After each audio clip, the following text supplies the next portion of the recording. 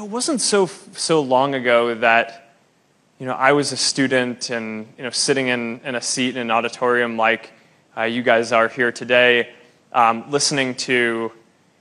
I remember very specifically this time when Bill Gates came to talk at Harvard, and I was just like, wow, how do you do that?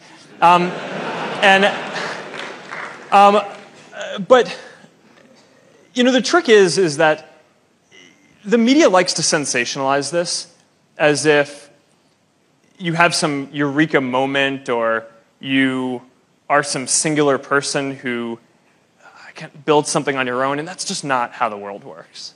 When I was in school, I built a lot of stuff that I just liked building. There was not a single moment when I had some revelation that Facebook was going to be awesome. That's not maybe how the media or movies or whatever would like to portray things. It's much less exciting. But the reality is, I think most services in the world that reach the scale that Facebook has, you start off building something that you care about, and you don't necessarily think it's going to be that big. I didn't.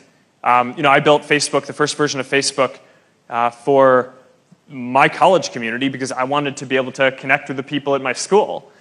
And I remember very clearly talking to my friends at the time and saying, how cool is it that we have built this community for our school? One day it's going to be awesome when somebody else builds this for the world because something like this needs to exist for the world. But it didn't even occur to me that my friends and I might be able to play a role in doing that, right? Because we were college students, right? I mean, we didn't have any engineers to work with or servers or resources or anything like that. And there are these huge companies that deliver products for hundreds of millions of people, right? I always assumed that it was going to be like Microsoft or Google or someone would build this for the world. And what basically just happened is at each step along the way, we just kind of kept doing the next thing and growing from there. And there were teams inside these other companies that thought social media was important and were working on it.